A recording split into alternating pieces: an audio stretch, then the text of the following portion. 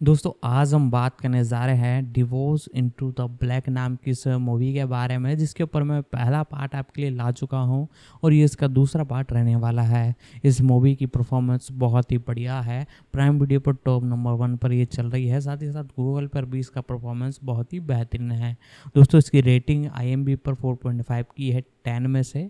तो पूरी जानकारी मैं इस मूवी के बारे में आपको बताने वाला हूँ, तो वीडियो को लाइक कर दे।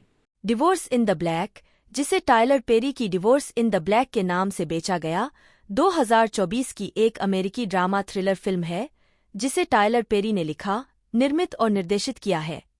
फिल्म में मेगन गुड, जिन्होंने इसे प्रोड्यूस भी किया है, Corey Hardrict, Joseph Lee Anderson, Taylor Polidor, Shannon Wallace, Richard Lawson और डेबी मॉर्गन ने अभिनय किया है। आधार: एवा एक चर्च के पादरी की बेटी है जो यह जानकर बहुत दुखी होती है कि उसके पति डलास ने उनकी शादी को छोड़ दिया है। उसके दुर्भावनापूर्ण कार्यों का अंततः पर्दाफाश होता है जब एवा को अपने जीवनसाथी के साथ सच्चा प्यार पाने का मौका मिलता है। ढालना: मेगन गुड एवा के रूप में, कोरी हार्ड्रिक्ट डलास के रूप में, जोसेफ ली एंडरसन बेंजी के रूप में, टेलर पोलिडोर रोना के रूप में, शैनन वालेस जिम के रूप में, रिचर्ड लॉसन क्लेरेंस के रूप में, डेब्बी मॉर्गन जीन के रूप में। उत्पादन: जून 2023 में यह घोषणा की गई कि गुड, हार्ड्रिक्ट और कई अन्य अभिनेताओं को फिल्म में लिया गया था। मुक्त करना: यह फिल्म 11 जुलाई 2024 को अमेज़न प्राइम वीडियो पर रिलीज की गई। स्वागत। समीक्षा: एग्रीगेटर वेबसाइट रॉटन टोमाटोज पर 16 आलोचकों की 0% समीक्षाएं सकारात्मक हैं, जिनकी औसत रेटिंग 3.1 है। द गार्डियन के एंड्रयू लॉरेंस ने फिल्म को 5 में से 1 स्टार दिया। 5 स्क्रीन रैंट की मैरी कैसल ने फिल्म को 5 में से 2 स्टार दिए। 6 द डेली बीस्ट के बैरी लेविट ने फिल्म को नकारात्मक समीक्षा दी और लिखा, गुड लंबे समय से शानदार रही हैं, और हालांकि वह डिवोर्स को नहीं बचा सकीं, लेकिन उनका प्रदर्शन याद दिलाता है कि वह प्रमुख भूमिकाओं के लिए योग्य हैं। टायलर पेरी, जन्म एमिट पेरी जूनियर, 13 सितंबर 1969, एक अमेरिकी अभिनेता, फिल्म निर्माता और नाटककार हैं। वह एक सख्त बुजुर्ग महिला माबेल मेडिया सिमंस के निर्माता और कलाकार हैं, और उनके भाई जो सिमंस और उनके भतीजे ब्रायन सिमंस का भी किरदार निभाते हैं। 2, 3, 4 पेरी की फिल्में रूढ़िवादी फिल्म निर्माण तकनीकों से लेकर लाइव स्टेज नाटकों के फिल्माए गए निर्माणों तक की शैली में भिन्न है, जिनमें से कई को बाद में फीचर फिल्मों में रूपांतरित किया गया है। मीडिया की पहली उपस्थिति पेरी के नाटक आई Can Do Bad All By my self 1999 में थी, जिसका मंचन शिकागो में हुआ था। पेरी ने 1990 के दशक और 2000 के दशक के प्रारंभ में कई मंचीय नाटक लिखे और उनका निर्माण किया। उनका सफल प्रदर्शन 2005 में film diary of a mad black woman के साथ आया, जिसे उन्होंने इसी नाम के अपने मंचीय नाटक के रूपांतर के रूप में लिखा और निर्मित किया था। उन्होंने कई टेलीविजन श्रृंखलाएं भी विकसित कीं, विशेष रूप से टायलर पेरी का हाउस ऑफ पेन, जो 2006 से 2012 तक TBS पर 8 सीजन तक चला। 2011 में फोर्ब्स ने उन्हें मनोरंजन में सबसे अधिक भुगतान पाने वाले व्यक्ति के रूप में सूचीबद्ध किया, जिसने मई 2010 और मई 2011 के बीच $130 मिलियन कमाए। 5 2012 में पेरी ने ओपरा विनफ्रे और उनके ओपरा विनफ्रे नेटवर्क ओन के साथ एक विशेष बहु-वर्षीय साझेदारी की। अपने खुद के प्रोडक्शन के अलावा पेरी को कई हॉलीवुड फिल्मों में कास्ट किया गया है, जिनमें Star Trek 2009, Alex cross 2012, gone girl 2014, teenage mutant Ninja turtles, out of the shadows 2016, vice 2018, those who wish me dead 2021 और डोंट लुक अप 2021 शामिल हैं। पेरी ने द स्टार 2017 और पॉ पेट्रोल द मूवी 2021 जैसी एनिमेटेड फिल्मों के लिए वॉइस एक्टिंग भी की है। पेरी की फिल्मों और शो ने कुल मिलाकर $660 मिलियन से अधिक की कमाई की है और उनकी कुल संपत्ति अनुमानित $1 बिलियन है। 7 व्यावसायिक सफलता के बावजूद उनके प्रोडक्शंस को आलोचकों और विद्वानों से आलोचना मिली है, जो मानते हैं कि उनकी फिल्में अफ्रीकी अमेरिकियों के नकारात्मक या आपत्तिजनक चित्रण को बढ़ावा देती हैं, साथ ही आलोचनात्मक स्वागत भी काफी हद तक नकारात्मक है। 8, 9, 10, 2020 में पेरी को टाइम की 100 सबसे प्रभावशाली लोगों की सूची में शामिल किया गया। 11 और उन्हें academy of television arts and sciences से गवर्नर अवार्ड मिला। इसके अतिरिक्त उन्हें 2021 में अकादमी पुरस्कारों से जीन हर्शोल्ट मानवतावादी पुरस्कार मिला और अगले वर्ष black music and entertainment walk of fame में शामिल किया गया। 12 प्रारंभिक जीवन। टायलर पेरी का जन्म लुइसियाना के न्यू ऑरलियंस में एमिट पेरी जूनियर के रूप में हुआ था। उनके पिता विली मैक्सिन पेरी, नी कैंपबेल और माता एमिट पेरी सीनियर एक बढ़ी थे। 13 उनके 3 भाई बहन हैं। 14 पेरी के बचपन को पूर्वव्यापी रूप से जीवित नरक के रूप में वर्णित किया गया था। 15 अपने पिता के विपरीत उनकी मां उन्हें हर हफ्ते चर्च ले जाती थीं, जहां उन्हें एक निश्चित शरण और संतोष का एहसास होता था। 16 साल की उम्र में उन्होंने अपने पिता से दूरी बनाने के प्रयास में कानूनी तौर पर अपना पहला नाम एमिट से टायलर में बदल लिया था। कई सालों बाद फिल्म प्रेशियस देखने के बाद पेरी पहली बार यह खुलासा करने के लिए प्रेरित हुए कि 10 साल की उम्र में उनके एक दोस्त की मां ने उनके साथ छेड़छाड़ की थी। 16 इससे पहले भी 3 पुरुषों ने उनके साथ छेड़छाड़ की थी और बाद में उन्हें पता चला कि उनके अपने पिता ने उनके दोस्त के साथ छेड़छाड़ की थी। 17 पेरी द्वारा लिए गए डीएनए परीक्षण से संकेत मिला कि एमिट सीनियर पेरी के जैविक पिता नहीं थे। 18 पेरी ने हाई स्कूल पूरा नहीं किया, लेकिन उन्होंने जनरल एजुकेशनल डेवलपमेंट (जीईडी) की डिग्री हासिल की। 19 अपने शुरुआती 20 के दशक में द ओपरा विनफ्रे शो का एक एपिसोड देखते हुए उन्होंने किसी को कभी-कभी लिखने के कार्य के चिकित्सीय प्रभाव का वर्णन करते हुए सुना, जिससे लेखक को अपनी समस्याओं को हल करने में मदद मिलती है। इस टिप्पणी ने उन्हें लेखन में अपना करियर बनाने के लिए प्रेरित किया। उन्होंने जल्द ही खुद को पत्रों की एक श्रृंखला लिखना शुरू कर दिया, जो संगीत में I know I've been changer का आधार बन गया। आजीविका अवस्था। 1990 के आसपास पेरी अटलांटा चले गए, जहां 2 साल बाद आई नो आई है बीन चेंजर को पहली बार एक सामुदायिक थिएटर में प्रदर्शित किया गया, जिसका वित्तपोषण 22 वर्षीय पेरी की जीवन भर की बचत $12,000 2023 में $27,986 के बराबर से किया गया था। 21 नाटक में क्षमा, सम्मान और आत्ममूल्य के ईसाई विषयों को शामिल किया गया था, जबकि बाल शोषण और बेकार परिवारों जैसे मुद्दों को संबोधित किया गया था। संगीतमय को शुरू में कम से कम तारकीय स्वागत मिला और यह एक वित्तीय विफलता थी। पेरी ने दृढ़ता दिखाई और अगले 6 वर्षों में उन्होंने बार-बार संगीत को फिर से लिखा, हालांकि समीक्षाएं निराशाजनक रहीं। 1998 में 28 वर्ष की आयु में वह नाटक को फिर से तैयार करने और अटलांटा में इसे फिर से मंचित करने में सफल रहे, पहले हाउस ऑफ ब्लूज में, फिर फॉक्स थिएटर में। पेरी ने नए स्टेज प्रोडक्शन बनाना जारी रखा, उनके साथ तथाकथित चिटलिन सर्किट पर दौरा किया, जिसे अब शहरी थिएटर सर्किट 1 के रूप में भी जाना जाता है, और अफ्रीकी अमेरिकी दर्शकों के बीच एक बड़ा समर्पित अनुसरण विकसित किया। 2005 में फोर्ब्स ने बताया कि उन्होंने टिकटों में $100 मिलियन से अधिक, अपने शो के वीडियो में $30 मिलियन और अनुमानित $20 मिलियन का माल बेचा, और हर साल उनके द्वारा निर्मित 300 लाइव शो में औसतन 35,000 लोग एक सप्ताह में भाग लेते हैं। पतली परत। पेरी ने अपनी पहली film diary of a mad black woman के लिए फंड जुटाने के लिए अपने स्टेज प्रोडक्शन की टिकट बिक्री से $5.5 मिलियन अमेरिकी डॉलर का बजट जुटाया। 23 जिसने घरेलू स्तर पर $50.6 मिलियन अमेरिकी डॉलर की कमाई की, जबकि फिल्म समीक्षा वेबसाइट रॉटन टोमाटोज पर 16% अनुमोदन रेटिंग हासिल की। 24 पेरी ने अपनी अगली फिल्म मीडियाज फैमिली रियूनियन के रूपांतरण से निर्देशन की शुरुआत की और अपनी सभी बाद की मीडिया फिल्मों का निर्देशन किया है। अपने शुरुआती सप्ताहांत में 24 से 26 फरवरी 2006 को मीडियाज फैमिली रियूनियन ने बॉक्स ऑफिस पर $30.3 मिलियन के साथ नंबर 1 स्थान पर शुरुआत की। फिल्म ने अंततः $65 मिलियन की कमाई की। पेरी और उनके सहकलाकारों ने the Oprah Winfrey show. Perry की अगली लायंसगेट परियोजना डैडीज लिटिल गर्ल्स में गैब्रियल यूनियन और इद्रीस एल्बा ने अभिनय किया और यह 14 फरवरी 2007 को संयुक्त राज्य अमेरिका में रिलीज हुई।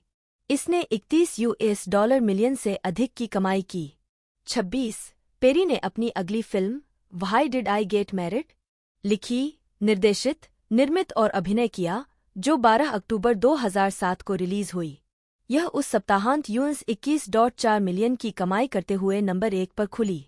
यह मोटे तौर पर उनके इसी नाम के नाटक पर आधारित है। फिल्मांकन 5 मार्च 2007 को व्हिस्लर, ब्रिटिश कोलंबिया में शुरू हुआ, जो वैंकूवर के उत्तर में एक रिसॉर्ट शहर है। फिर अटलांटा ले जाया गया, जहां पेरी ने अपना स्टूडियो खोला था। जेनेट जैक्सन, शेरोन लील, जिल स्कॉट और ताशा स्मिथ फिल्म में दिखाई दिए। 27 द फैमिली दैट प्रीज 12 सितंबर 2008 को रिलीज हुई और इसने $37.1 मिलियन अमेरिकी डॉलर से अधिक की कमाई की। 28 मीडिया गोज टू जेल 20 फरवरी 2009 को नंबर 1 पर खुली, जिसने 41 मिलियन अमेरिकी डॉलर की कमाई की और यह उसकी अब तक की सबसे बड़ी ओपनिंग बन गई।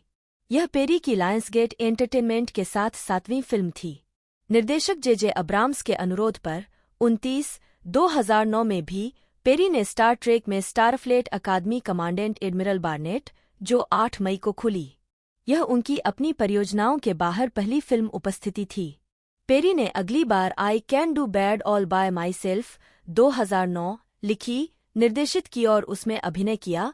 यह फिल्म उनके मीडिया चरित्र के इर्द गिर्द बनी थी। यह पेरी की 8वीं फिल्म थी और इसने भी बॉक्स ऑफिस पर नंबर 1 स्थान हासिल किया। 2 अप्रैल 2010 को सिनेमाघरों में प्रदर्शित हुई।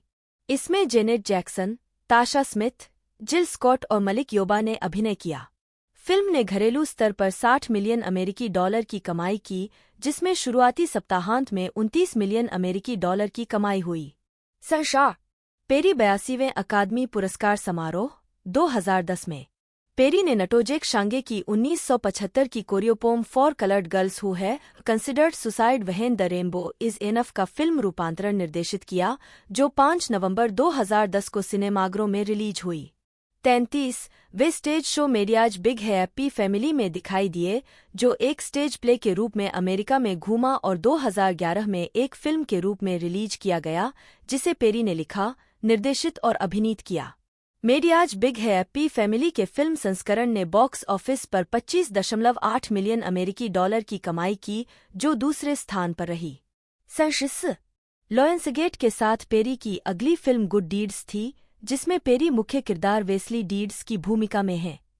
गुड डीड्स एक रोमांटिक ड्रामा फिल्म है, जिसे पेरी ने लिखा, निर्देशित और अभिनीत किया है। यह फिल्म 24 फरवरी 2012 को रिलीज हुई थी। यह उन 11 फिल्मों में से 10वीं है, जिनका निर्देशन पेरी ने किया और जिनमें वे दिखाई दिए। फिल्म को रिव्यू एग्रीगेटर रॉटन टोमाटोज द्वारा 29% रेटिंग मिली और इसने बॉक्स ऑफिस पर $15.5 मिलियन की कमाई की। 35 फिल्म में Thandie Newton, Rebecca Romijn, Gabrielle Union, Eddie Cibrian, Jamie Kennedy, Phylicia Rashad और अन्य भी हैं। सर्शलियो जून 2011 तक पेरी की फिल्मों ने दुनिया भर में 500 मिलियन अमेरिकी डॉलर से अधिक की कमाई की थी। 37 पेरी की Madea witness protection Madea franchise के भीतर उनकी 7वीं फिल्म 29 जून 2012 को रिलीज हुई थी। पेरी ने श्रृंखला की एक नई फिल्म के लिए मॉर्गन फ्रीमैन से जेम्स पैटरसन के एलेक्स क्रॉस की भूमिका संभाली, जिसका शीर्षक एलेक्स क्रॉस था।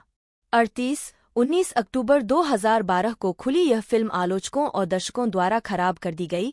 रॉटन टोमाटोज स्कोर क्रमशः 11% और 47% सकारात्मक थे और बॉक्स ऑफिस पर धमाका कर गई। 39 उनके प्रदर्शन ने निर्देशक डेविड फिंचर का ध्यान आकर्षित किया, जिन्होंने बाद में पेरी को 2014 की थ्रिलर गॉन गर्ल में कास्ट किया, जिसमें उनके साथ बेन एफ्लेक, रोजामुंड पाइक और नील पैट्रिक हैरिस थे। पेरी ने अपनी 13वीं film Temptation Confessions of a Marriage Counselor, उसी नाम के उनके 2008 के नाटक पर आधारित, को 29 मार्च 2013 को रिलीज किया। फिल्म में Lance Gross, Jurnee Smollett, Brandy Norwood, Robbie Jones, Vanessa L Williams और किम कार्दशियन ने अभिनय किया है। उन्होंने 10 मई 2013 को रिलीज हुई टाइलर पेरी प्रेजेंट्स पीपल्स का निर्माण किया। 40 वह 13 दिसंबर 2013 को रिलीज हुई ए मैडी क्रिसमस के साथ बड़े पर्दे पर लौटे। 41 पेरी ने film the single moms club का निर्देशन किया, जो 14 मार्च 2014 को खुली।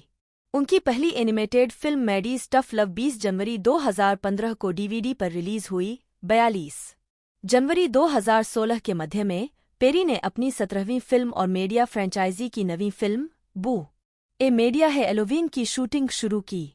यह फिल्म 21 अक्टूबर 2016 को रिलीज हुई थी।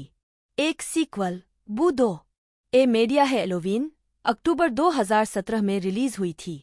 पेरी ने ओपरा विन्फ्रे के साथ द स्टार नामक अपनी पहली एनिमेटेड फिल्म में अपनी आवाज दी, जो कि जीसस की जन्मभूमि पर आधारित है। सोनी पिक्चर्स एनिमेशन द्वारा विकसित यह फिल्म 17 नवंबर 2017 को रिलीज हुई थी। 43 फिल्म साझेदारी और वितरण पेरी की फिल्मों का सनिर्माण और वितरण लायंस गेट एंटरटेनमेंट द्वारा किया जाता है। वह कॉर्पोरेट नाम टायलर पेरी फिल्म्स के तहत पूर्ण कॉपीराइट स्वामित्व बरकरार रखता है और सभी शीर्षकों के सामने अपना नाम रखता है। 44 पेरी की फिल्मों को उत्तरी अमेरिका के बाहर बहुत सीमित रिलीज मिली है, लेकिन मई 2010 में लायंसगेट ने यूनाइटेड किंगडम में उनकी फिल्मों को रिलीज करने की योजना की घोषणा की। 45 टेलीविजन कार्यक्रम पेरी ने लंबे समय से चलने वाले sitcom Tyler Perry's House of Payne का निर्माण किया, जो 21 जून 2006 से 10 अगस्त 2012 तक 8 सीजन तक चला। श्रृंखला 3 पीढ़ियों के एक अफ्रीकी अमेरिकी परिवार का अनुसरण करती है। शो ने परिवार के सदस्यों के विश्वास और प्रेम के साथ गंभीर, सच्चे जीवन के संघर्षों को प्रदर्शित किया। शो 2006 के वसंत में 10 शो के पायलट के रूप में चला। सफल पायलट रन के बाद पेरी ने टीबीएस के साथ $200 मिलियन अमेरिकी डॉलर 100 एपिसोड का सौदा किया। 6 जून 2007 को Tyler Perry's House of pen के पहले 2 एपिसोड टीबीएस पर चले। उच्च रेटिंग प्राप्त करने के बाद हाउस ऑफ पेन ने प्रसारण सिंडिकेशन में प्रवेश किया। पेरी ने सिटकॉम मीट द ब्राउन्स का लेखन, निर्देशन और निर्माण भी किया, जिसका प्रीमियर 7 जनवरी 2009 को टीबीएस पर हुआ और 18 नवंबर 2011 को समाप्त हुआ। 46 ओन और ओपरा के साथ साझेदारी 2009 में पेरी ने ओपरा विन्फ्रे और ली डेनियल के साथ मिलकर प्रीशियस सैफायर के उपन्यास पुश पर आधारित फिल्म का सहनिर्माण किया। इस फिल्म का निर्देशन डेनियल ने किया था और इसमें गैबोरे सिदीबे और मोनिक ने अभिनय किया था। फिल्म का प्रचार करते समय ओपरा ने एक साक्षात्कारकर्ता से कहा, मुझे लगता है कि पेरी मजबूत, अश्वेत महिलाओं द्वारा बड़ा हुआ है और वह जो कुछ भी करता है वह वास्तव में उसी का जश्न मनाने के लिए होता है। मुझे लगता है कि मीडिया वास्तव में यही है, उन सभी मजबूत अश्वेत महिलाओं का संकलन जिन्हें मैं जानता हूं और शायद आप भी जानते हैं, और इसलिए यह काम करता है क्योंकि लोग खुद को देखते हैं। 2 अक्टूबर 2012 को पेरी ने ओपरा विनफ्रे और उनके ओपरा विनफ्रे नेटवर्क ओन के साथ एक विशेष बहुवर्षीय साझेदारी की। यह साझेदारी मुख्य रूप से स्क्रिप्टेड टेलीविजन को ओन में लाने के उद्देश्य से थी। पेरी को इस विभाग में पहले भी सफलता मिली थी। लो टायलर पेरी की फॉर बेटर और वर्से उनकी फिल्मों Why Did I Get Married और Why Did I Get Married Too पर आधारित 25 नवंबर 2011 को टीबीएस पर प्रीमियर हुई। श्रृंखला को फरवरी 2013 में टीबीएस द्वारा रद्द कर दिया गया था, लेकिन तीसरे सीजन के लिए ओडब्ल्यूएन द्वारा पुनर्जीवित किया गया था, जो 18 सितंबर 2013 को शुरू हुआ था। 48 पेरी की ओन पर प्रदर्शित 2 अन्य टेलीविजन सीरीज थीं, घंटे भर का सोप ओपेरा बटा ड्रामा सीरीज द है वस एंड द है व नॉट्स और सिटकॉम लव थाय नेबर द है वस एंड द है व नॉट्स का प्रीमियर 28 मई 2013 को हुआ और इसने 8 सीजन के बाद 20 जुलाई 2021 को अपनी सीरीज रन पूरी की।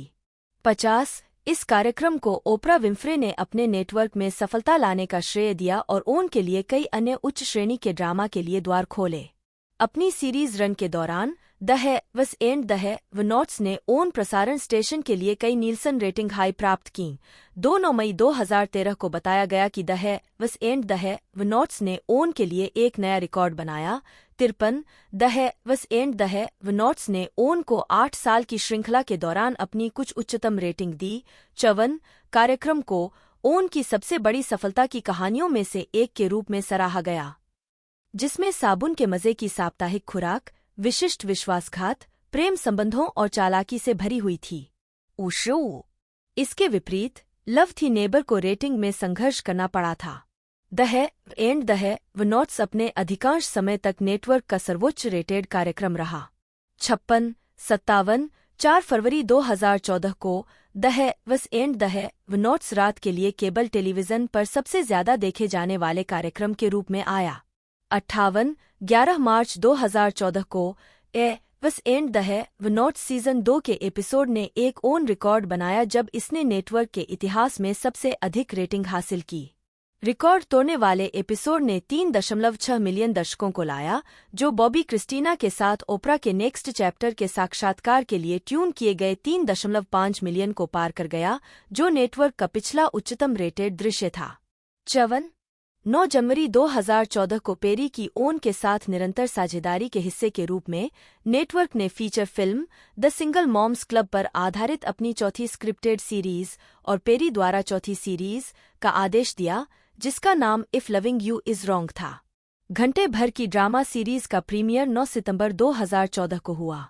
Tyler Perry studio. मुख्य लेख टाइलर पेरी स्टूडियोज। 2015 में पेरी ने अटलांटा में स्थित 330 एकड़ 130 हेक्टेयर के पूर्व सैन्य बेस फोर्ट मैकफरसन का अधिग्रहण किया, जिसे उन्होंने स्टूडियो में बदल दिया। 59 स्टूडियो का उपयोग HBO फिल्म्स OWN फिल्म संस्करण the immortal life of Henrietta lakhs के फिल्मांकन के लिए किया गया था और वर्तमान में टेलीविजन श्रृंखला द वॉकिंग डेड के लिए इसका उपयोग जारी है। 59-60 साइट का 50,000 वर्ग फुट 4,600 मीटर 2 स्थायी सेटों के लिए समर्पित है, जिसमें एक लग्जरी होटल लॉबी की प्रतिकृति, व्हाइट हाउस की प्रतिकृति, 16,000 वर्ग फुट 1,500 मीटर 2 की हवेली, एक नकली सस्ता होटल, एक ट्रेलर पार्क सेट और एक वास्तविक 1950 के दशक की शैली का भोजनशाला। यह मनोरंजन उद्योग में अत्यधिक सफल अफ्रीकी अमेरिकियों के नाम पर 12 ध्वनि चरणों की मेजबानी भी करता है। 60 blockbuster Marvel film black panther Tyler Perry studio में नए चरणों में से एक पर फिल्माया जाने वाला पहला था, जैसा कि पेरी ने 19 फरवरी 2018 को अपने इंस्टाग्राम अकाउंट पर व्यक्तिगत रूप से घोषणा की थी। 61 टाइलर पेरी स्टूडियो देश के सबसे बड़े फिल्म स्टूडियो में से एक है और इसने पेरी को टिम और डेफ्ने रीड के बाद एक प्रमुख फिल्म स्टूडियो का मालिक बनने वाले दूसरे अफ्रीकी अमेरिकी के रूप में स्थापित किया।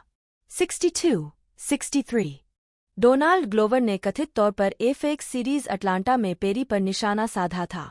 एपिसोड का शीर्षक वर्क एथिक एक ट्वीट से आया है, जिसमें पेरी ने उस सीजन के लिए लिखी गई सभी स्क्रिप्ट का एक वीडियो पोस्ट किया था, जिसका शीर्षक था वर्क एथिक। चलो 2020 को प्राप्त करें।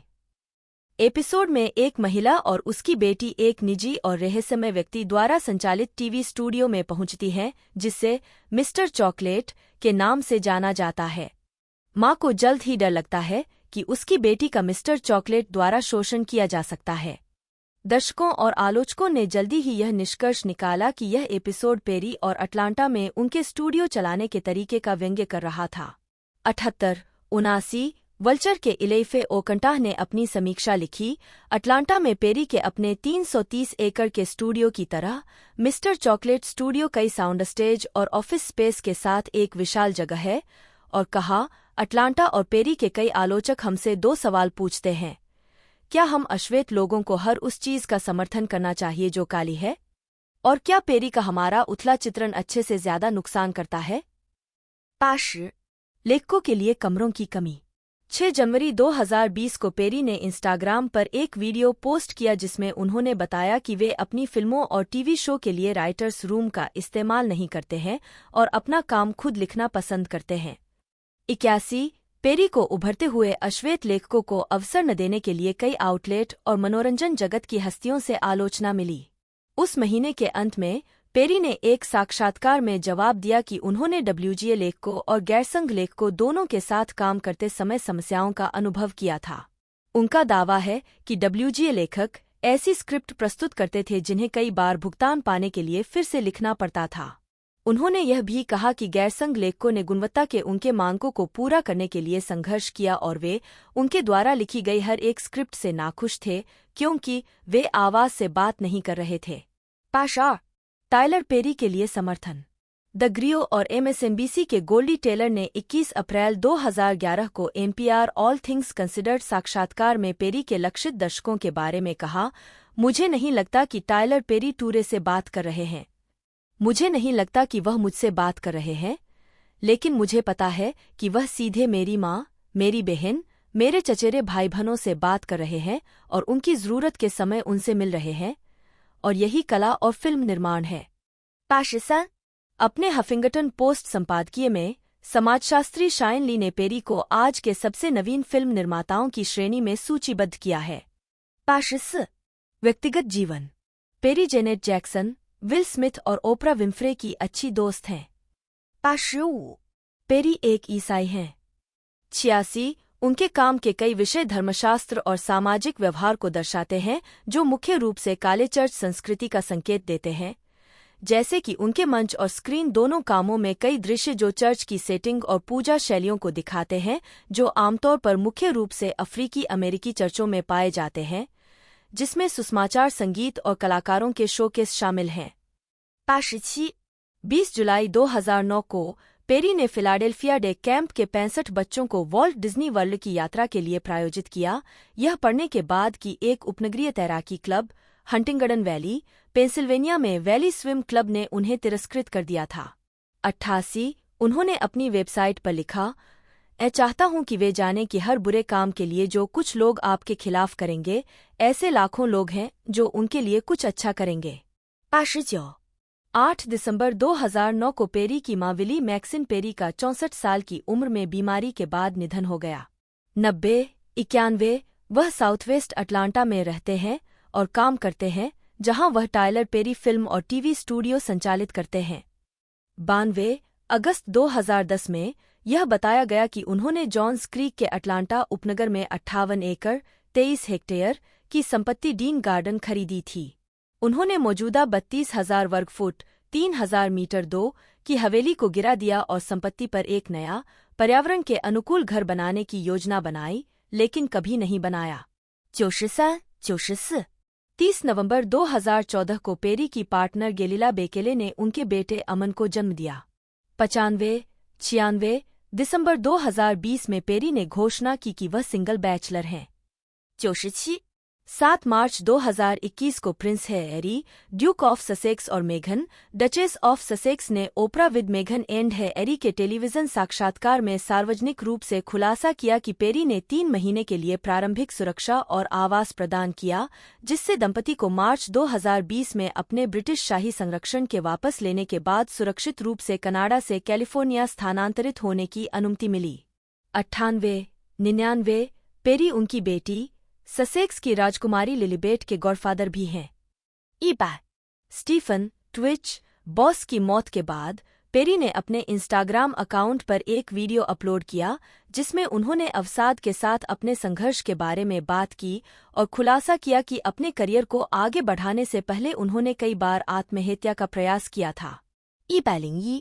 उड़ान के अपने डर पर काबू पाने के लिए पेरी ने उड़ान प्रशिक्षण लिया और एक निजी पायलट प्रमाणपत्र प्राप्त किया। वह एक सिरस SR-22T विमान उड़ाता है। संपत्ति 2007 में पेरी ने अटलांटा के बखेड के पेस पड़ोस में 17 एकड़ 7 हेक्टेयर की संपत्ति 103 खरीदी। 105 मई 2016 में उन्होंने घर को $17.5 मिलियन में बेच दिया, जो जॉर्जिया की राजधानी में एक निजी घर के लिए अब तक का सबसे बड़ा सौदा भी था। 106 2013 में उनकी कंपनी ETPC LLC ने जॉर्जिया के डगलस काउंटी के न्यू मैनचेस्टर, जॉर्जिया क्षेत्र में लगभग 1,100 एकड़ 4.5 किलोमीटर 2 खरीदा। सितंबर 2017 में पेरी ने लॉस एंजल्स में एक गेटेड समुदाय मुल्होलैंड एस्टेट्स में एक घर खरीदा। 108 संपत्ति खरीदने के 9 महीने बाद पेरी ने संपत्ति $15.6 मिलियन में बेच दी। पेरी के पास व्योमिंग और बहामास दोनों में अवकाश संपत्तियां हैं। पेरी के पास जॉर्जिया के डगलसविले में 2,100 एकड़ 8.5 किलोमीटर 2 की संपत्ति है, जिसमें 40,000 वर्ग फुट 3,700 मीटर 2 का शैटोइस घर और एक हवाई पट्टी शामिल है। 111 मेगन मोनिक गुड 1 जन्म 8 अगस्त 1981 2 एक अमेरिकी अभिनेत्री और मॉडल हैं। निकेलोडियन सिटकॉम कजिन स्कीटर 1998 से 2001 में नीना की भूमिका निभाने से पहले उन्होंने पहली बार फिल्म ईवस बेऊ 1997 में अपनी भूमिका के लिए आलोचनात्मक ध्यान आकर्षित किया।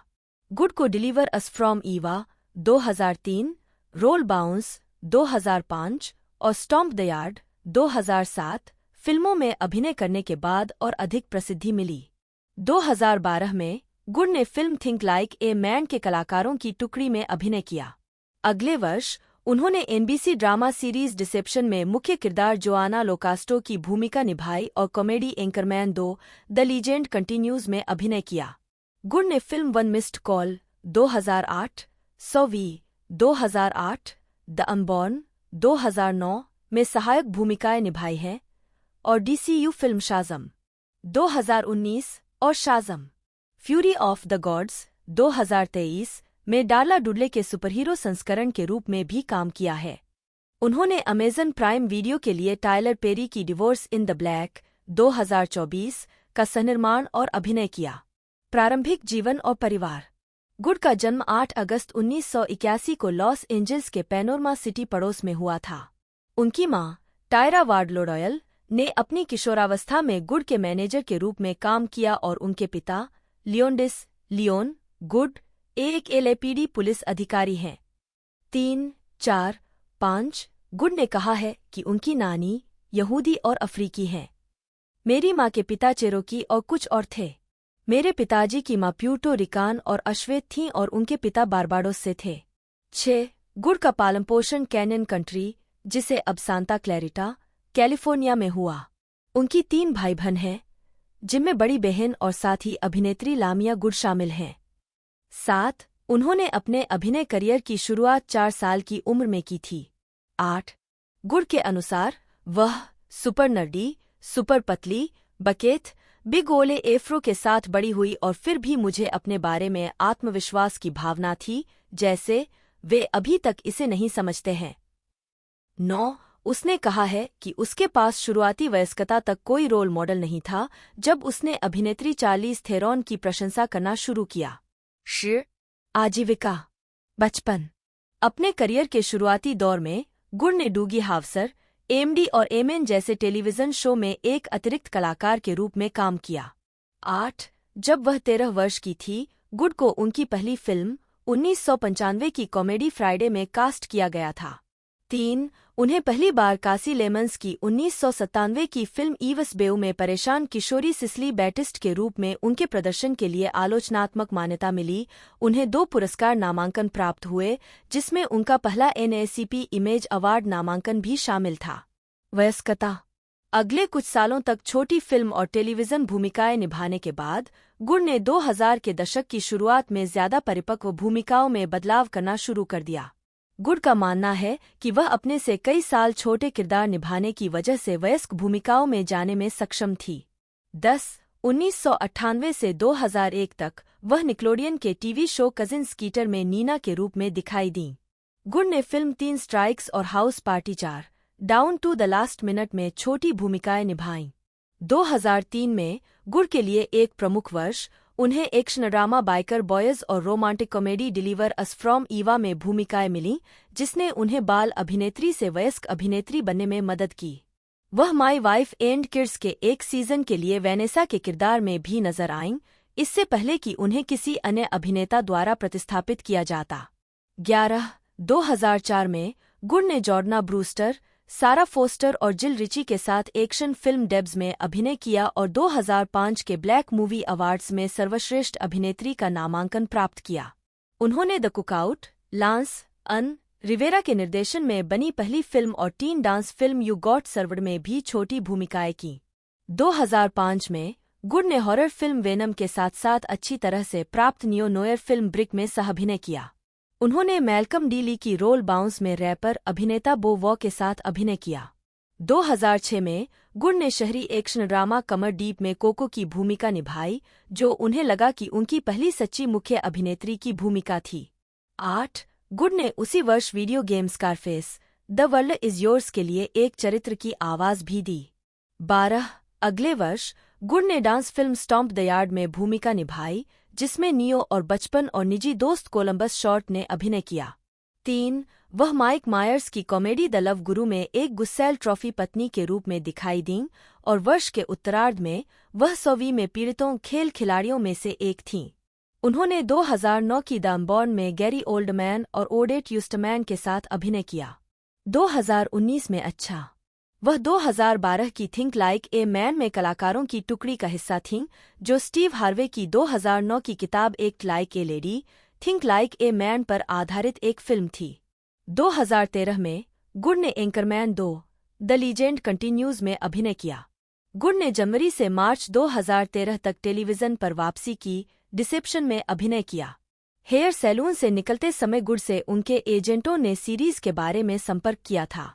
वह अपनी कार में बैठी और एक बेवकूफ की तरह 30 मिनट तक रोती रही, अकेले। 13 2014 में गुड ने थिंक लाइक ए मैन 2 के लिए अपनी भूमिका दोहराई। गुड कई संगीत वीडियो में भी दिखाई दिए हैं, जैसे कि 50 सेंट, 21 प्रश्न, इमेजिन, आइसिस, जिसमें गुड की बहन लामिया गुड एक सदस्य है, लिल जॉनी, मेम्फिस ब्लेक, टायरेस और विल स्मिथ।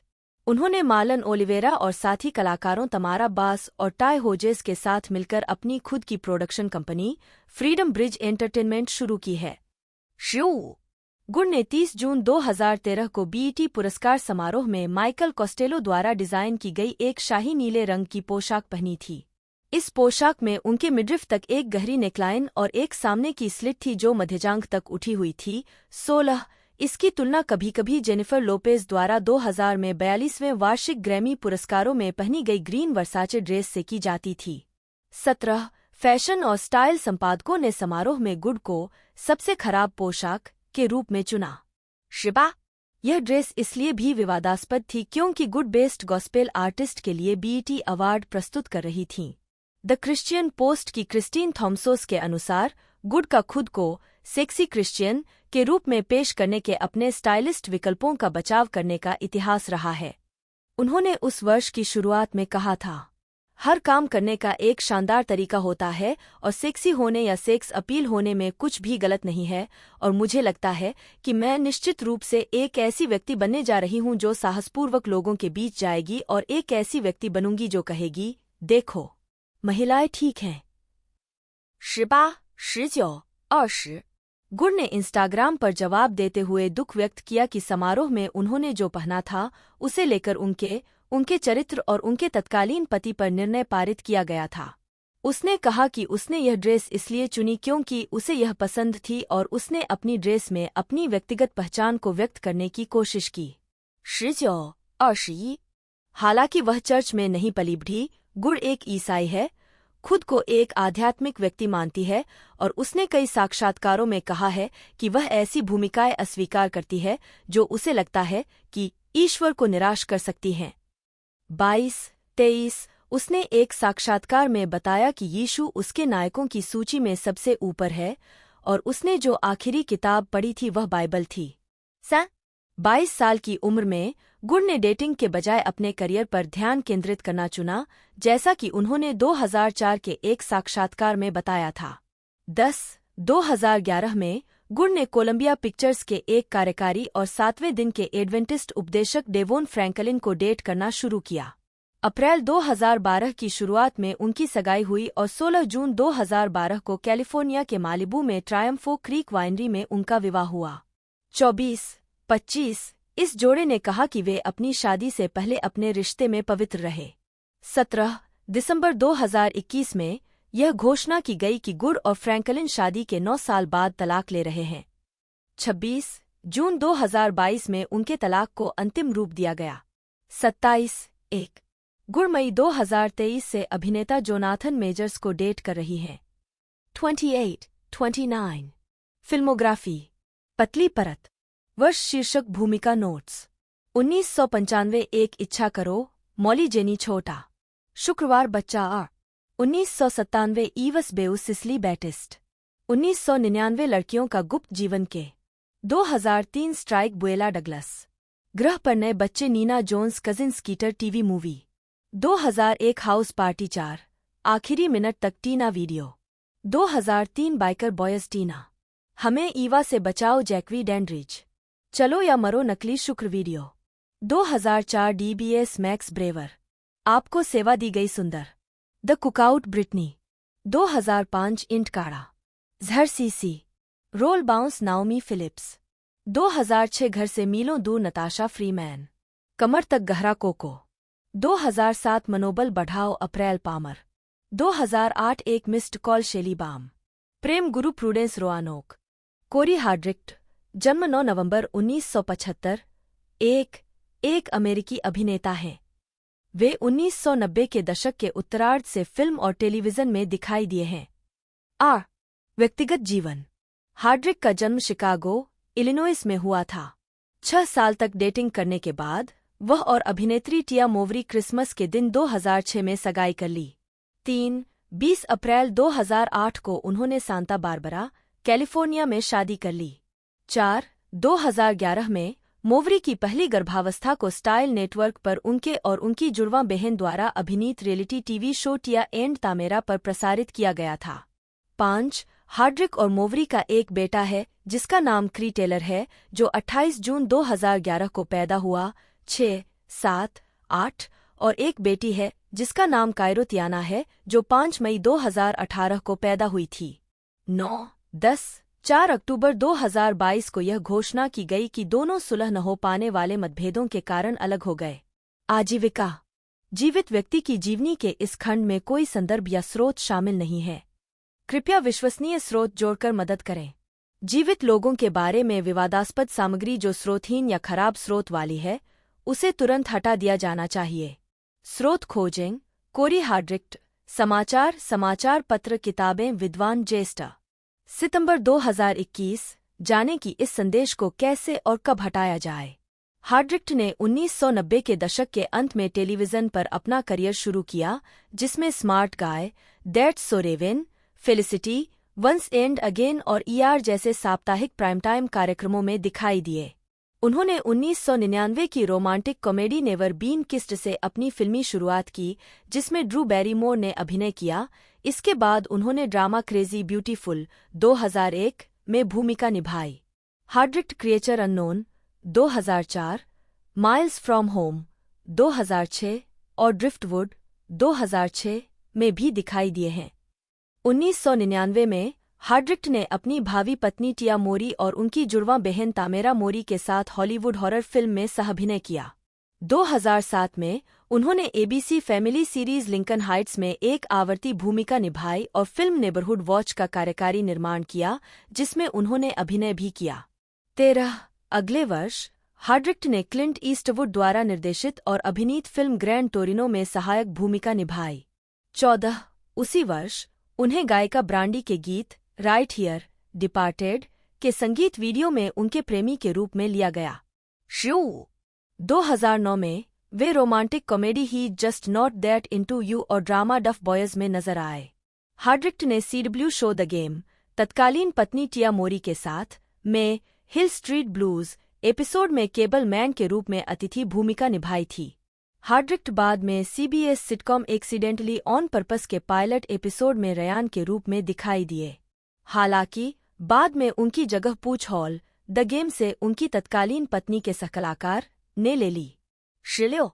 2014 में हार्ड्रिक ने फिल्म अमेरिकन स्निपर में एक भूमिका निभाई, जिसने उन्हें निर्देशक क्लिंट ईस्टवुड के साथ फिर से जोड़ा।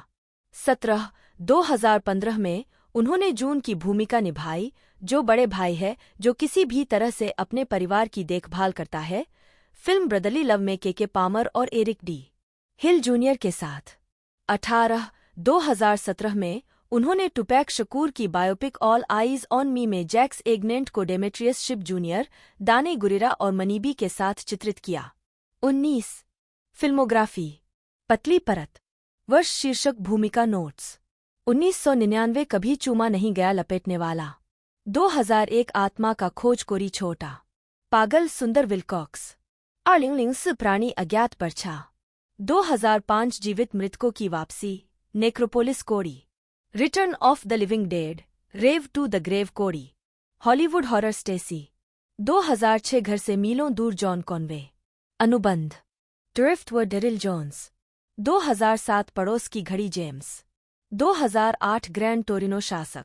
2009 आप में से सबसे कम रोस्को। वह आपने इतना दिलचस्प नहीं है टायरोन। आटा लड़के चिकना। 2011 लड़ाई लॉस एंजल्स लॉकेट। दिन हेंसन। डांस फूटी। 2013 Warm Bodies Kevin. Lovelace Frankie Crocker. Taylor Polidor एक अमेरिकी अभिनेत्री हैं। जीवन और कैरियर। पोलिडोर का जन्म और पालन पोषण ह्यूस्टन, टेक्सास में हुआ था। उन्होंने कैटी, टेक्सास में सेवन लेक्स हाई स्कूल में पढ़ाई की और क्लार्क अटलांटा विश्वविद्यालय से फिल्म निर्माण में कला स्नातक की उपाधि प्राप्त की।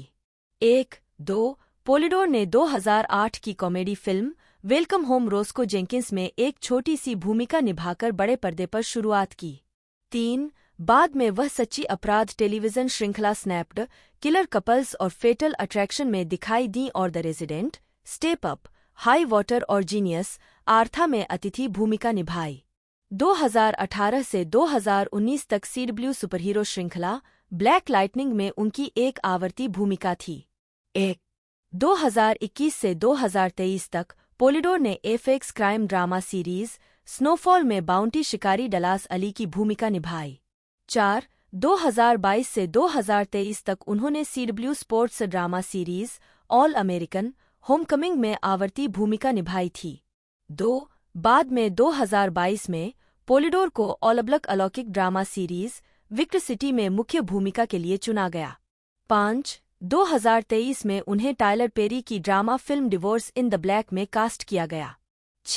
2024 में पेरी ने पोलिडोर को अपनी Netflix drama series beauty in black में मुख्य भूमिका के लिए चुना।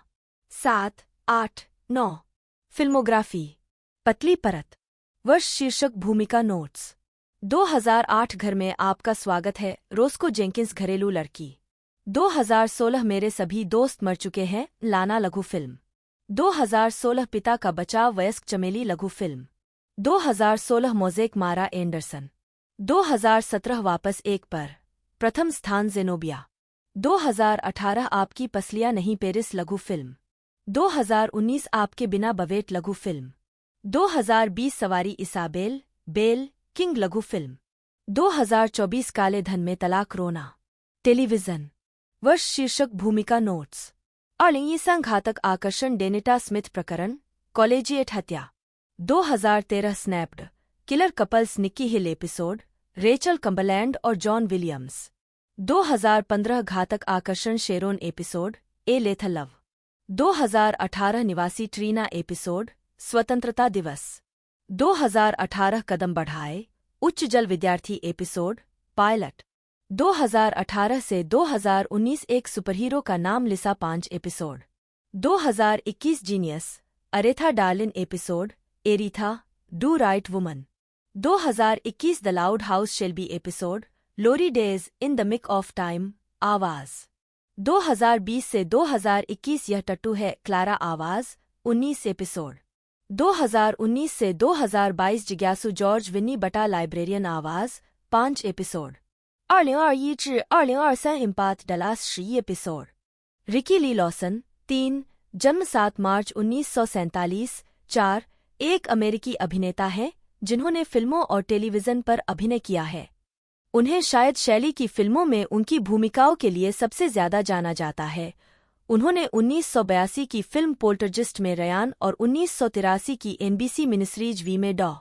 बेन टेलर का किरदार निभाया था। जीवन और कैरियर। कैलिफोर्निया के लोमा लिंडा में रिकी ली लॉसन के रूप में जन्मे लॉसन को संयुक्त राज्य की सेना में भर्ती किया गया और वे चिकित्सक बने। वियतनाम युद्ध के दौरान उन्होंने वियतनाम में 21 महीने सेवा की और कार्रवाई में घायल हो गए थे। 4 अपनी सैन्य ड्यूटी पूरी करने के बाद उन्होंने अभिनय करियर शुरू किया। उनकी पहली फीचर फिल्म भूमिका बिना श्रेय 1971 की फिल्म डर्टी है एरी में हत्या के लिए लक्षित एक समलैंगिक व्यक्ति की थी। 1973 में उन्होंने स्क्रीम ब्लाकुला स्क्रीम में विलिस का किरदार निभाया था। उनकी अन्य प्रसिद्ध भूमिकाओं में 1979 की फिल्म द मेन इवेंट और 1984 का ड्रामा स्ट्रीट्स ऑफ फायर शामिल है, जहां उन्होंने ऑफिसर एड प्राइस की भूमिका निभाई थी। टेलीविजन सीरीज में लॉसन की पहली चल रही अभिनीत भूमिका 1977। उन्होंने 1986 से 1987 तक prime time soap opera dynasty में निक किम्बॉल की चल रही भूमिका निभाई। 1989 से 1991 तक The Days and Nights of Molly Dodd में जासूस नाथनियल हॉथोर्न के रूप में दिखाई दिए और 1992 से 1994 तक day time soap opera all my children में लुकास बार्न्स के रूप में थे। लॉसन ने टेलीविजन पर कई अतिथि भूमिकाएं निभाई हैं, जिनमें Kojak, get Christy love, sister, soul food, the Bernie Mac show, the division, all in the family और स्ट्रॉन्ग मेडिसिन में भूमिकाएं शामिल हैं। व्यक्तिगत जीवन। लॉसन का विवाह उनकी पहली पत्नी अभिनेत्री डेनिस गोडी से नए साल की पूर्व संध्या 1978 से 1989 तक हुआ था। उनकी एक बेटी अभिनेत्री बियांका लॉसन 1979 में पैदा हुई थी। लॉसन का एक बेटा भी है जिसका नाम रिकी है, जो 1992 में पैदा हुआ था। 22 मार्च 1992 को लॉसन न्यूयॉर्क शहर के क्वींस में लागार्डिया हवाई अड्डे से उड़ान भरने के बाद यूएस एयर फ्लाइट 405 विमान दुर्घटना में बच गए। 2013 की गर्मियों के दौरान उन्होंने फैशन डिजाइनर और गायकों बेयोंसे और सोलेंज नोल्स की मां टीना नोल्स को डेट करना शुरू किया। 7 लॉसन और नोल्स एक दूसरे को 30 से अधिक वर्षों से जानते थे। 9 इस जोड़े ने 12 अप्रैल 2015 को शादी की। 10 नोल्स ने जुलाई 2023 में तलाक के लिए अर्जी दी। फिल्मोग्राफी। पतली परत। वर्ष शीर्षक भूमिका नोट्स। 1971 डर्टी है एरी समलैंगिक। 1973 ब्लाकुला चीक Willis Daniels. Fox Style Little Henry. 1974 Sugar Hill प्रेमी। Bogard LeRoy Fisk. 1975 Cross Fire अधिकारी Ken Dillard TV film. 1977 Audrey Rose पुलिसकर्मी 1। 1978 घर आ रहा थपथपाना। 1979 चार्ल्सटन जेम्स है एरिस टीवी फिल्म। जेरिको मी लार्सी। Styles TV film. महज सैनिक कैलेब हॉलिडे टीवी फिल्म। मुख्य समारोह हेक्टर मंटिला।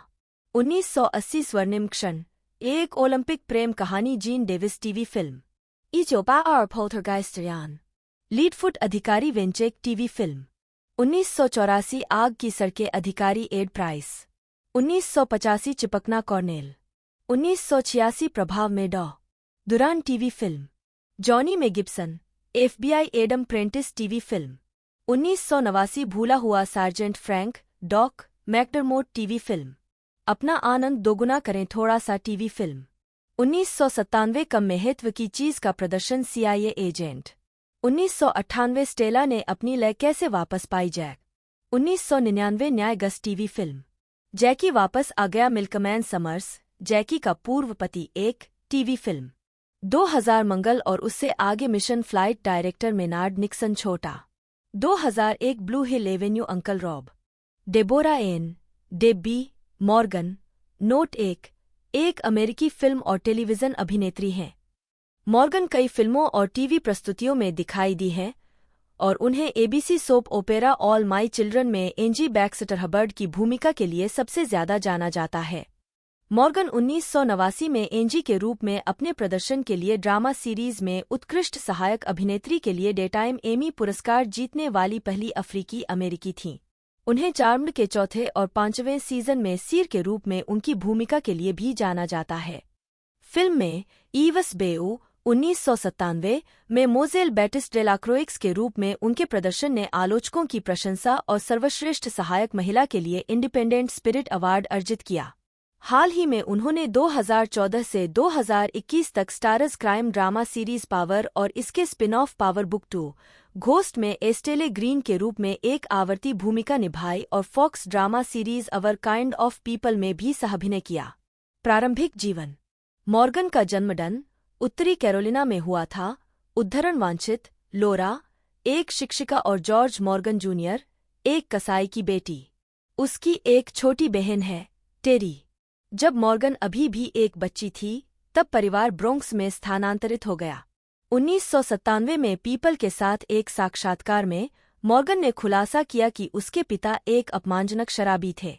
हालांकि उन्होंने कभी भी अपनी बेटियों को शारीरिक रूप से नुकसान नहीं पहुंचाया, लेकिन मॉर्गन ने याद किया कि उनकी मां अक्सर अपने पिता से भागती थीं।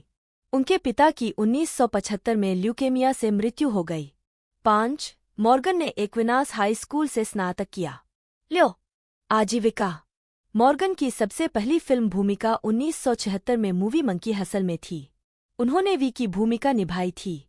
मॉर्गन की सबसे पहली आवर्ती भूमिका 1976 से 1977 तक व्हाट्स हैपनिंग में डायने हैरिस के रूप में थी और गुड टाइम्स में भी दिखाई दी। 1979 में उन्हें 1979 की miniseries roots the next generation में एलेक्स हेली की परदादी एलिजाबेथ हार्वे की भूमिका के लिए और द व्हाइट शैडो में कर्टिस जैक्सन की पूर्व प्रेमिका जो वेश्या बन गई थी की मेहमान भूमिका के लिए प्रशंसा मिली।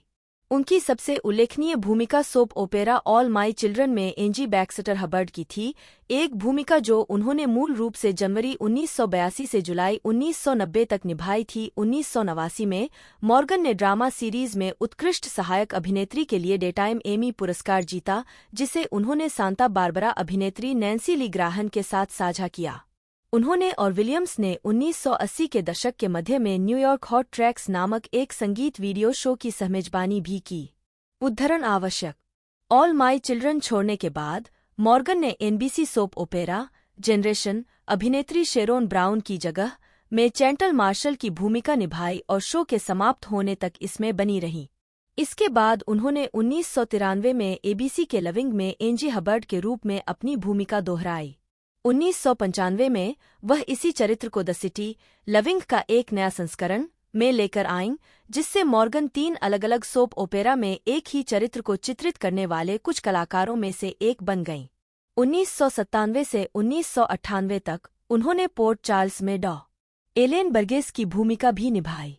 1980 और 1990 के दशक में मॉर्गन अश्वेत महिलाओं के लिए संभावनाओं का एक वास्तविक प्रतीक बन गईं, क्योंकि उनकी सभी सोप ओपेरा भूमिकाओं में उन्होंने एक सफल डॉक्टर की भूमिका निभाई। मॉर्गन ने निर्देशक कासी लेमन्स की ड्रामा फिल्म ईवस बेऊ 1997 में दिव्यदर्शी मोजेल बैटिस्ट डेलाक्रोइक्स की भूमिका के लिए फिल्म समीक्षकों से प्रशंसा अर्जित की। 7. अपने चित्रण के लिए उन्होंने शिकागो फिल्म क्रिटिक्स एसोसिएशन पुरस्कार और इंडिपेंडेंट स्पिरिट पुरस्कार जीता और उन्हें इमेज पुरस्कार के लिए नामांकित किया गया। बाद में उन्होंने सोप ओपेरा छोड़ दिया और she's all that 1999, the hurricane 1999, love and basketball 2000, woman thou art loosed 2004, coach Carter 2005, relative strangers 2006 और कलर ऑफ द क्रॉस 2006 में भूमिकाओं के साथ अपने फिल्मी करियर की शुरुआत की। टेलीविजन पर उन्होंने the practice, strong medicine, Boston public, Providence और सोल फूड में भूमिकाएं निभाईं। 2002 से 2003 तक मॉर्गन ने lifetime drama series for the people में ली थॉम्पसन के विपरीत मुख्य किरदार लोरा गिब्सन की भूमिका निभाई। उन्होंने चार्म्ड के चौथे और 5वें सीजन में सीर की भूमिका भी निभाई। मॉर्गन कोस्टार डेनियल विलियम्स के साथ डेटाइम टेलीविजन छोड़ने के 10 साल बाद जनवरी 2008 में ऑल माई चिल्ड्रन में लौट आईं। 9 मई 2009 और 2011 में उन्हें ड्रामा सीरीज में उत्कृष्ट लीड एक्ट्रेस के लिए डेटाइम एमी अवार्ड के लिए नामांकित किया गया था। 10 2011 में एबीसी ने ऑल माई चिल्ड्रन को रद्द कर दिया और Morgan the young and the restless के कलाकारों में योलांडा हार्मनी एमिल्टन के रूप में शामिल हो गए। 7 अक्टूबर 2011 को ऑल माई चिल्ड्रन के ठीक 2 हफ्ते बाद 23 सितंबर 2011 को इसका अंतिम टेलीविजन एपिसोड प्रसारित हुआ। 2013 में मॉर्गन ऑल माई चिल्ड्रन के विवादारित रीबूट में दिखाई दीं, जिसमें उन्होंने एंजी हबर्ड की भूमिका दोहराई। 13 श्रृंखला का प्रीमियर 29 अप्रैल 2013 को हुआ था और एक सीजन के बाद रद्द कर दिया गया था। 15 नवंबर 2013 में ऑल माई चिल्ड्रन के रद्द होने के बाद मॉर्गन को स्टारस ड्रामा सीरीज पावर में ओमारी हार्डविक और नटूरी नॉटन के साथ लिया गया। 16 2015 में उन्होंने रिचर्ड लॉसन और विविका ए फॉक्स के साथ 2 TV1 हॉलिडे फिल्मों रॉयल फैमिली थैंक्सगिविंग और रॉयल फैमिली क्रिसमस में सह-अभिनय किया। 19 मॉर्गन ने बाद में Lifetime biopic Toni Braxton Unbreak My Heart में टोनी ब्रेक्सटन की मां की भूमिका निभाई। 20 21 22 2017 में Morgan Marvel ministries the defenders में डेलोरेस की भूमिका निभाते हुए दिखाई दिए। अगले वर्ष उन्होंने BET drama series the quad में एक आवर्ती भूमिका निभाई। 2019 में वह मार्लन वेंस अभिनीत नेटफ्लिक्स फिल्म सेक्सटुप्लेट्स में दिखाई दीं। उन्होंने लाइफटाइम मूवी मेरी लिटिल क्रिसमस और इसके सीक्वल में केली रॉलैंड के साथ अभिनय किया। 2021 में उन्हें Lee Daniels prime time soap opera Our kind of people में याया दाकोस्टा के साथ कास्ट किया गया। 2023 में उन्होंने Lifetime biopic Keyshia Cole This Is My Story में कीशिया कोल की मां का किरदार निभाया। टीवी फेनेटिक से जैस्मीन ब्लू ने अपनी समीक्षा में लिखा, डेबी मॉर्गन हालांकि हमेशा एक ताकत रही है, एक किंवदंती जो अपने फूलों के हर आखिरी टुकड़े की हकदार हैं। यह कहना कि उन्होंने इस फिल्म को चुरा लिया सदी की सबसे बड़ी कमी होगी। वह शानदार थीं। उन्होंने फ्रैंकी की भूमिका निभाने में बहुत ही उल्लेखनीय काम किया। ऐसे क्षण थे जब मुझे सचमुच रोंगटे खड़े हो गए। यह लगभग भयानक है कि मॉर्गन ने दिवंगत माँ और दादी को कितनी अच्छी तरह से निभाया। 24 मॉर्गन को बाद में टायलर पेरी द्वारा लिखित और निर्देशित drama film divorce in the black में कास्ट किया गया। व्यक्तिगत जीवन। मॉर्गन की 4 बार शादी हो चुकी है और उनके कोई बच्चे नहीं हैं। उनकी पहली शादी 1980 से 1984 तक चार्ल्स वेल्डन से हुई थी। 1989 में मॉर्गन ने अभिनेता चार्ल्स एस. डटन से शादी की। 1994 में तलाक हो गया। 1997 से 2000 तक मॉर्गन की शादी फोटोग्राफर डॉन थॉम्पसन से हुई। मॉर्गन की शादी जून 2009 से जेफरी विंस्टन से हुई है। दोस्तों रिलीजिंग की बात की जाए तो ये हमें 11 जुलाई 2024 को देखने को मिली थी अमेज़ॉन प्राइम वीडियो पर और 122 मिनट टोटल इसकी लेंथ थी। यूनाइटेड स्टेट में इसे बनाया गया था तो मेन बेस लैंग्वेज इसकी इंग्लिश थी। तो पूरी जानकारी आपको इस वीडियो में मिली गई होगी। बाकी इसका पहला भी पार्ट है वो भी आप चेकआउट कर सकते हो, मैंने आई बटन पर उसका लिंक दे दिया है। तो आज की वीडियो यदि आपको अच्छी लगी है तो वीडियो को लाइक कीजिएगा। मिलते हैं अगले वीडियो में।